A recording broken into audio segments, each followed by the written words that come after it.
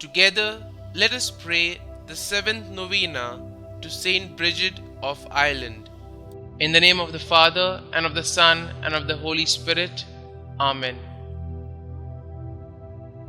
Opening Prayer. O glorious St Brigid, patroness of Ireland and mother of the churches, protect the Irish Church and preserve the true faith in every Irish heart at home and abroad. Obtain for us the grace to walk faithfully in the path of Christian perfection during life, and so to secure a holy and happy death with life everlasting in thy company through Jesus Christ our Lord. Amen. Kindly mention your request here.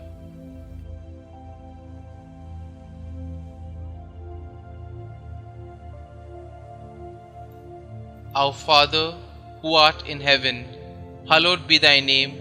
Thy kingdom come, thy will be done, on earth as it is in heaven. Give us this day our daily bread, and forgive us our trespasses, as we forgive those who trespass against us. And lead us not into temptation, but deliver us from evil. Amen. Hail Mary, full of grace, the Lord is with you. Blessed are you amongst women, and blessed is the fruit of your womb, Jesus. Holy Mary, Mother of God, pray for us sinners now and at the hour of our death. Amen. The seventh day. Dear Lord, we thank you for giving us St. Brigid as an example of holiness. Help us to imitate the love of you she showed in choosing to answer your call to be a nun.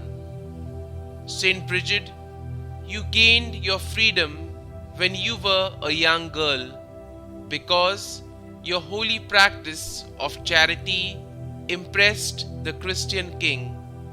When your father tried to arrange a marriage for you, you wished to serve God more wholeheartedly instead.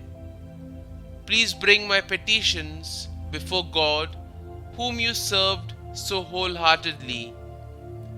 You made a vow of chastity and entered a monastery, longing to serve Christ as his bride for the rest of your life.